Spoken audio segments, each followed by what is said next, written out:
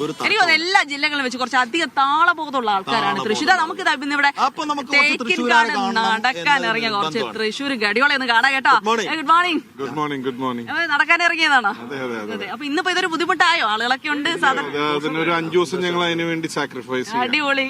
അപ്പൊ ഇതേ നമുക്ക് ഞാൻ പറയുമായിരുന്നു തൃശ്ശൂർക്ക് ഭയങ്കര താളബോധം. എന്ത് വന്നാലും ഒന്ന് കൊട്ടിക്കയറിയണം. അതൊരു അല്ലെ, അതിനൊരു ആവേശം അങ്ങനെയാണ്. അപ്പൊ ഇന്നിപ്പോ തുടങ്ങാൻ പോവാണ് കലോത്സവം. അപ്പൊ ഇന്നും ഒരു ചെറിയൊരു പൂരത്തിന്റെ പതിപ്പൊക്കെ ഒരുക്കിയിട്ടുണ്ടെന്നാണ് ഇന്നലെ മിനിസ്റ്റർ പറഞ്ഞേക്കുന്നത്. അപ്പൊ ഇങ്ങനെ ഒരു കലോത്സവം ഒക്കെ വരുമ്പോ കുട്ടികളുടെ ഒരു വൈബ്, നമ്മൾ ആ ഏജ് ഒക്കെ പിന്നിട്ടു, എന്നാൽ പോലും ആ വൈബ് പിടിക്കാൻ പറ്റുന്നുണ്ടോ?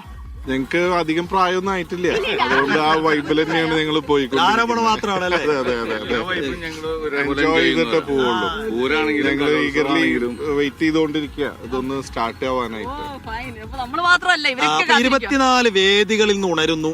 ഇവിടെ മോഹിനിയാട്ടമുണ്ട്, സംഘനൃത്തമുണ്ട്, മിമിക്രി ഉണ്ട്, ഒപ്പനയുണ്ട്, വിവിധമായ വേദികൾ. അപ്പോ ഇന്നത്തെ ചാർട്ടൊക്കെ നോക്കി ഏത് ഐറ്റത്തിന് പോണം എന്നൊക്കെ ഒരു തീരുമാനം ഉണ്ടാക്കിയിട്ടുണ്ടോ?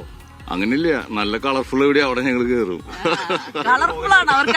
മോഹിനിയാട്ടത്തിന് ഏറ്റവും പ്രധാന സ്റ്റേജ് ഇതല്ലേ, അപ്പൊ ഇവിടെ ഞങ്ങൾ ശ്രദ്ധയുണ്ടാവും. പിന്നെ കാലത്ത് ഞങ്ങൾ ഇവിടെ ഓൾറെഡി വരുന്നതാണ്, പിന്നെ ബാക്കിയുള്ളവരും കൂടി കറങ്ങിയാൽ മതി. അല്ല, ഞാൻ പറയുന്നത് ഈ കുടമാറ്റൊക്കെ കണ്ട് നിങ്ങൾ ഈ കളർഫുളിന്റെ അങ്ങ് എക്സ്ട്രീം കണ്ട ആൾക്കാരാണ്. അപ്പൊ ഇവിടുത്തെ കളർഫുൾ നിങ്ങളെ വിസ്മയിപ്പിക്കുമല്ലോ, ഉറപ്പായിട്ടും. നമ്മുടെ മക്കളും വൈഫൊക്കെ ആദ്യത്തെ സ്റ്റേജ് അവരുടെ പ്രിഫറൻസ് മോഹിനിയാട്ടം ഇതിനാണ്. അപ്പം ആദ്യം ഇവിടെ വരും, അത് കഴിഞ്ഞാൽ പിന്നെ നമ്മളത് നോക്കിയിട്ട് ഞങ്ങൾക്ക് ഇഷ്ടമുള്ള മ്യൂസിക് ഉണ്ടാവും. അതൊക്കെ ഇതിനൊക്കെ നമ്മൾ തൃശ്ശൂരിന് നമ്മള് സാംസ്കാരിക തലസ്ഥാനം എന്നാണ് പറയാ. പൂരങ്ങൾ, പലതരം പൂരങ്ങളുടെ മണ്ണാണ്, കുടമാറ്റത്തിന്റെ, പുലിക്കളിയുടെ ഒക്കെ മണ്ണാണ്. അപ്പോ ഇങ്ങോട്ടേക്ക് വരുന്ന കേരളത്തിന്റെ വിവിധ ഭാഗങ്ങളിൽ നിന്ന് മത്സരാർത്ഥികൾക്ക്, വിദ്യാർത്ഥികൾക്ക് നിങ്ങൾ നൽകുന്ന ഒരു ഉറപ്പെന്താണ്? സേഫായിട്ട് തിരിച്ചു പോകാം. സംരക്ഷണം അവരെ ആസ്വദിച്ച് അവരെ സംരക്ഷിച്ച്, അതിന് ഞങ്ങളുടെ മന്ത്രി രാജൻ, ഞങ്ങളുടെ കളക്ടർ അർജുൻ പാണ്ഡ്യൻ അവരെടുക്കുന്ന എഫേർട്ട്, അതിന് ഹാറ്റ്സ് ഓഫ്. പിന്നെ ഇത്ര അധികം പോലീസുകാരുണ്ട്, ഇത് ഒരുക്കുന്ന എല്ലാവരും ഉണ്ട്, അവർക്കൊക്കെ ഒരുപാട് നന്ദിയുണ്ട്. എല്ലാം ഈശ്വരനെ അവർക്ക് എല്ലാ ഇതും കൊടുക്കട്ടെ. ഇത് ഇത്ര ഭംഗിയാക്കിയിട്ട് 5 ദിവസം നടത്താനായിട്ട് കൊല്ലങ്ങളായിട്ടുള്ള ഏറ്റവും നല്ല രീതിയിൽ 64ാമത്തെ സംസ്ഥാന സ്കൂൾ കലോത്സവമാണ്. 64 എണ്ണമായി. അതിലേറ്റവും അവിസ്മരണീയമായ ഒരു കലോത്സവമായിരിക്കും ഇത്, നിങ്ങൾ ഉറപ്പുവരുന്നതാണ്. അതെ. കുട്ടികൾക്ക് ഏറ്റവും സന്തോഷകരമായിട്ട്, ജയം മാത്രമല്ല പാർട്ടിസിപ്പേഷൻ ഒരു സന്തോഷമുള്ള കാര്യമല്ലേ. അവര് ഇവിടെ ഇതില് കലാകാരന്മാരെങ്കിലും ഉണ്ടോ നമുക്കൊരു പാട്ടൊക്കെ പാടാൻ പറ്റിയേ?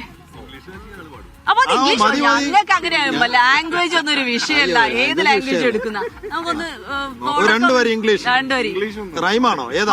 മലയാളം. ശരി. കാന്താ കിട്ടേണ്ടത് തൃശ്ശൂർ പൂരം കാണാ, മേളമെനിക്കൊന്ന് കൊട്ടണം കാന്താ. Thank you. അല്ല, കംപ്ലീറ്റ് ചെയ്തോളൂ. നിങ്ങളൊന്നും സപ്പോർട്ട് ചെയ്തില്ല, അതാണ്. നിങ്ങൾ സപ്പോർട്ട് ചെയ്ത പുള്ളി ഒരു വരി കൂടെ പാടും. അപ്പം ഇപ്രാവശ്യം കൂടി ഞങ്ങള് ഉറപ്പായിട്ടും തൃശ്ശൂർ തന്നെയായിരിക്കും സ്വർണ്ണക്കപ്പ് എടുക്കും അല്ലെ? തിരിച്ചു കൊടുക്കില്ല അതങ്ങോട്ട് തീരുമാനിച്ചു അല്ലെ? കോഴിക്കോടൊക്കെ വരുന്നുണ്ട് കേട്ടോ. എന്ന് വെച്ചാൽ ഇങ്ങോട്ട് കൊണ്ടുവന്ന സ്വർണ്ണക്കപ്പ് തിരിച്ചു കൊണ്ടുപോകാൻ ഒരാളും വിചാരിക്കും വിട്ടുകൊടുക്കില്ലെന്നാണ്. പക്ഷെ ഞാൻ പറയുന്നത് മറ്റു ജില്ലകളൊക്കെ ഉണ്ട്, നമുക്ക് അങ്ങനെ ഒരു മത്സരം ഉണ്ടെങ്കിലല്ലേ അതിനൊരു ആവേശമുള്ളൂ.